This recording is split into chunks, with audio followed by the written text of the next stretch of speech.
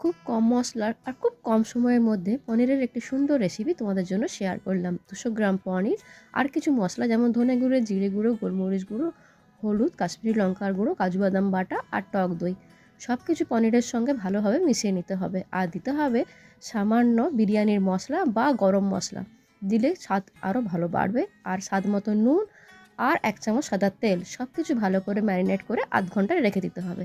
তারপর কড়াইতে 1 চামচ মতো বাটার দিয়ে ভালো করে মেল্ট হওয়ার পর অল্প সামান্য গোটা গরম মশলা দিয়ে পনিরগুলোকে হালকা ভেজে নিতে হবে লো ফ্লেমে। তারপর ওই মশলাটা দিয়ে দিতে হবে, তার সঙ্গে একটু জল ভালো করে ধুয়ে দিয়ে জাস্ট 15 মিনিট নাড়াচাড়া করে নিয়ে দেখবে যখন তেলটা ছেড়ে আসবে, নুনটা চেক করে নিয়ে সামান্য চিনি দিয়ে লাস্টে কাসুরি মেথি দিয়ে নামিয়ে নিলে রেডি সুন্দর এই মশলা পনির।